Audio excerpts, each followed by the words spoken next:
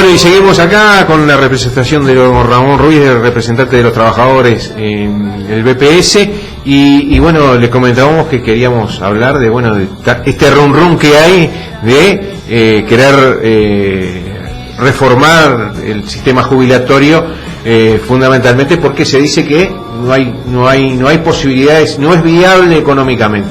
¿Cómo se ve desde la representación de los trabajadores este discurso, este nuevo discurso?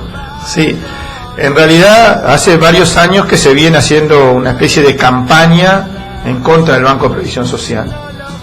Hace varios años que una y otra vez aparecen noticias que de alguna forma cuestionan al BPS, cuestionan la viabilidad del BPS y señalan de repente cosas que si uno las mira en la noticia dicen es un desastre la seguridad social en Uruguay. Sin embargo, cuando uno sale de Uruguay, seguramente le va a pasar esto a Lorena ahora en estos días en Buenos Aires, y se compara con los otros países de la región o con otros países de América o con otros países del mundo, y Uruguay tiene una matriz de protección social muy avanzada cuando la comparamos con otros países. Y además hay otra cosa, el relato que se está construyendo sobre la seguridad social es un relato que se hace a partir de la ignorancia o por personas que no saben de seguridad social y que tienen de repente alguna propuesta puntual que está de moda quizás, porque decir, bueno, como la gente vive más tiene que trabajar más, y ese relato es un relato que tiene cierta lógica para el ciudadano común y corriente que escucha, bueno, si la gente vive más tiene que trabajar más. Ese es un relato que hace mucho tiempo que está instalado y que lo quieren de alguna forma sellar para que cuando vayamos al diálogo ese tema no se discuta. Digo, no, el tema de la edad no se discute ya, de hecho hay que aumentar la edad. O sea, quieren instalar esa idea. Y bueno, y por otro lado hay otro tema que también quieren instalar, es que la seguridad social está mal desde el punto de vista financiero, que tiene un déficit, y que si una empresa tiene un déficit hay que corregir el déficit. Entonces eso es peligroso, porque podemos llegar al diálogo y de repente encontrarnos con que la lógica es discutir la seguridad social desde un punto de vista economicista, y a la seguridad social hay que verla desde el punto de vista social, no desde el punto de vista económico. Entonces son dos peligros que tenemos a partir del relato que se ha ido construyendo en los últimos años: que el BPS es ineficiente, que tiene un déficit, y que como la gente vive más hay que postergar la edad de retiro. Ahora, cuando empezamos realmente a ver las cosas en serio, no en una consigna, no en un titular de un diario, sino profundizando sobre esos temas, y voy a tomar solamente estos dos, podría hablar de otras cosas. Nosotros decimos, no es un déficit, es una inversión en la gente, es una inversión en seguridad social. La asistencia financiera que el BPS recibe de rentas generales no es déficit en la seguridad social, porque en el artículo 67 de la Constitución dice que si el dinero, si los recursos que son los recursos genuinos del Banco de Previsión Social, llámese aporte obrero, llámese aporte de las empresas y algunos impuestos que están afectados para la seguridad social, no alcanzan, la Constitución en el inciso D del artículo 67 dice que el Estado deberá asistir a la seguridad social hasta igualar en vida, o sea, hasta que alcance para cubrir todo el presupuesto de la seguridad social. Pero ¿por qué dice esto la Constitución? Y dice esto porque el Estado tiene que garantizar la seguridad social. El Estado debe ser garante de la seguridad social. Y porque además, si el dinero que el BPS tiene disponible no alcanza, ¿qué le vamos a decir a los jubilados? Mira que este mes no te pagamos la jubilación. O al que está en seguro pago le vamos a decir, no, este mes no te pagamos el subsidio por desempleo. O al que está enfermo le vamos a decir, no te vamos a pagar el subsidio por enfermedad. O a los gurises, a los niños, niñas, adolescentes que van a la escuela, al liceo, a la UTU, le vamos a decir, mirá que este mes a tu familia no le van a pagar la asignación familiar. No podemos, porque esos son derechos de la gente. Entonces, como el dinero que recaudamos con el aporte de los trabajadores, el aporte de las empresas y los impuestos que por ley están afectados a la seguridad social no alcanzan, rentas generales tiene que poner lo que falta. Entonces no estamos hablando de que en la seguridad social hay déficit, porque el propio constitucionalista previó de que uno de los ingresos para la seguridad social es la asistencia del Estado. Nunca va a haber déficit en la seguridad social porque el Estado tiene que poner, si falta, tiene que ponerlo el Estado. Y ese recurso que pone el Estado es parte del financiamiento de la seguridad social. Que pagamos nosotros. A través no lo paga el vecino, lo pagamos nosotros también los trabajadores. Toda la sociedad.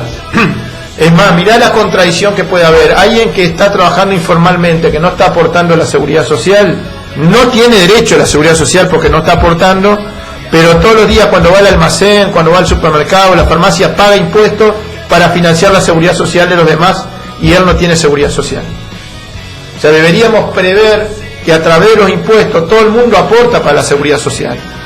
Entonces deberíamos prever que la gente que no está registrada esté protegida también de alguna manera, porque él, aunque no esté registrado, está aportando a la seguridad social. Por supuesto que queremos formalizarlo, que queremos que esa persona quede incluida en la seguridad social a través de su aporte y todo lo demás, pero se produce la paradoja de que ese trabajador que aporta para la seguridad social a través de los impuestos no tiene derecho al sistema, a la protección social. Entonces, pero si hablamos del déficit, porque dejemos por un momento, tomemos como buena la palabra déficit, o sea, como que tienen razón, hay un déficit. Vamos a ponerlo en ese plano y vamos a discutir el déficit. Bueno, ahí podemos ver que lamentablemente no hay un sinceramiento de las personas que hablan del déficit del EPS para asumir determinadas responsabilidades. ¿Por qué? Porque, por ejemplo, históricamente diferentes gobiernos han exonerado de aporte patronal a las empresas.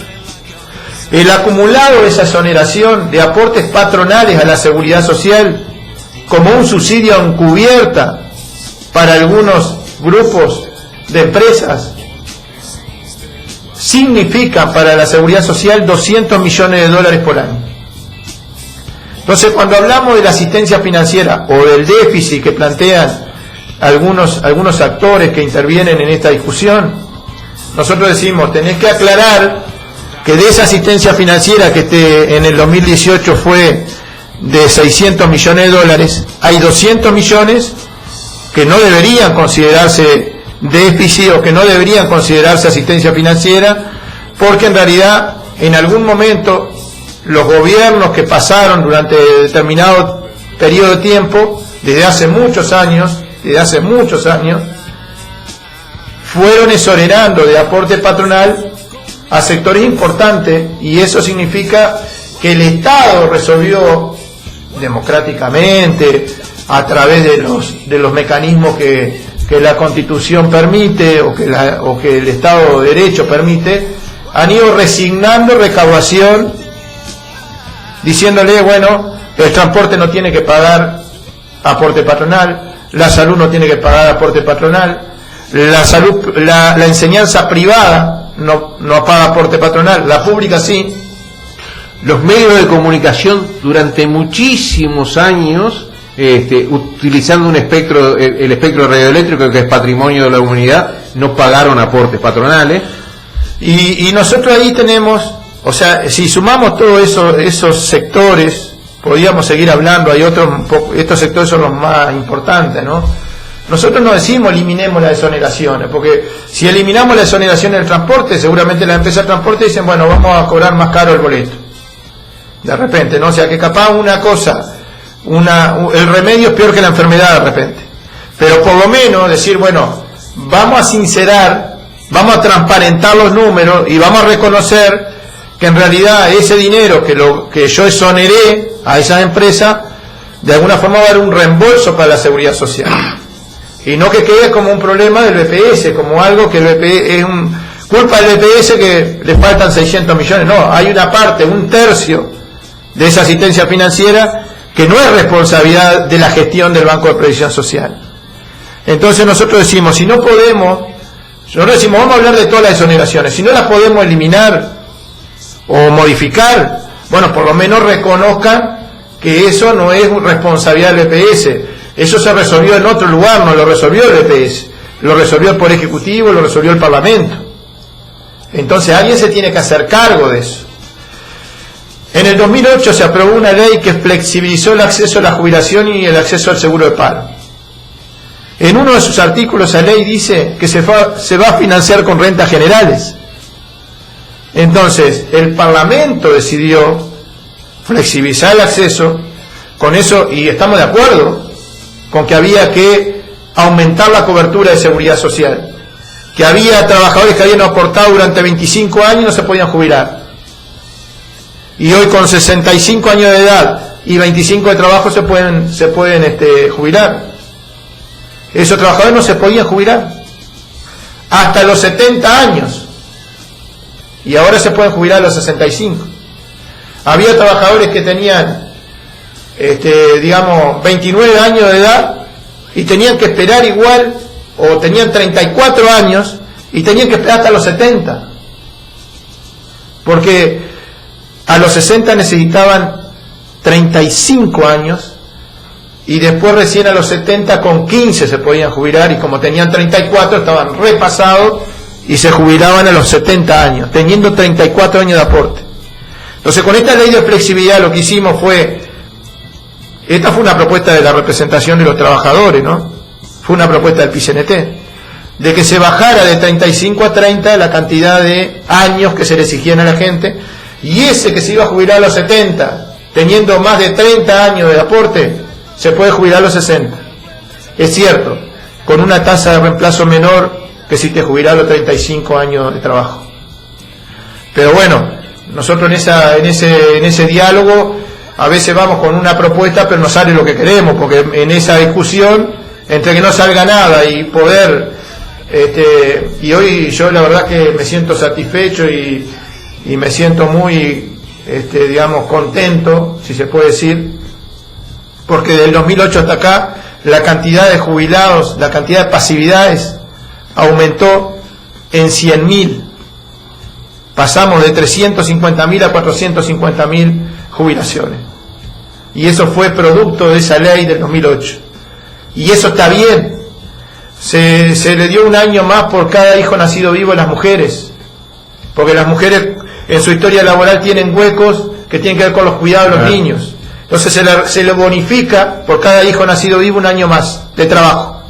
Y eso hizo que en el 2011, 2010 se jubilaran más mujeres que hombres.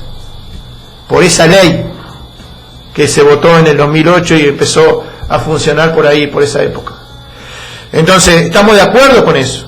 Estamos de acuerdo con que con 65 y 25 te jubiles, con 66 y 23, con 67 y 21, con 68 y 19, con 69 y 17 y con 70 y 15. O sea, un abanico de posibilidades, porque ahí no tengo que esperar a los 70 con 15 años. Aparece un abanico de posibilidades para que la gente se pueda retirar antes de los 70. Bueno, esas medidas que tomamos y que aprobó el Parlamento, en uno de sus artículos dice, esto se financia con rentas generales. ¿Y sabés cuánto implica esa ley? Casi la mitad del déficit. Entonces, o sea, hay decisiones políticas que se han tomado y bueno, y hay que hacerse responsable de sus decisiones políticas. No es tomo una decisión política hoy y mañana digo, uy, qué horrible, qué déficit hay por la decisión política que he tomado yo. Y fíjate que, por ejemplo, ahí todos los partidos políticos, algunos no, pero algunos en particular, algún legislador en particular no votó algunos de los artículos, pero todos los partidos políticos participaron en la resolución de esa ley, porque ¿quién se iba a oponer a que 100.000 personas se pudieran jubilar? Es bravo, ¿eh? En las elecciones es bravo decir. ¿Quién se iba a oponer a darle a cada mujer, a las mujeres un año por cada hijo nacido vivo para que se pudieran jubilar? Está bravo eso. Entonces todos levantaron la mano. Ahora, también levantaron la mano para que eso se financie con rentas generales. Podían haber votado ahí que eso se financiaba aumentando algún impuesto para los que ganan más, para los que tienen más. Pero dijo, no, esto se financia con rentas generales. Y eso forma parte del déficit. Si sumamos los 200 millones de las exoneraciones, más aproximadamente 350 millones de esta ley de flexibilidad, ya tenemos más de 500 millones de justificando ese supuesto déficit. Y no es que con estos argumentos que está diciendo Ramón desaparecen los problemas de la seguridad social.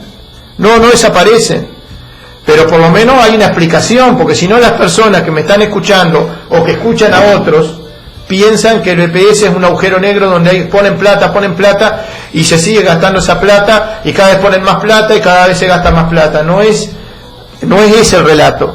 El relato es que esa asistencia financiera tiene una explicación y nosotros estamos tratando de explicar ese déficit, de explicar por qué pasa eso.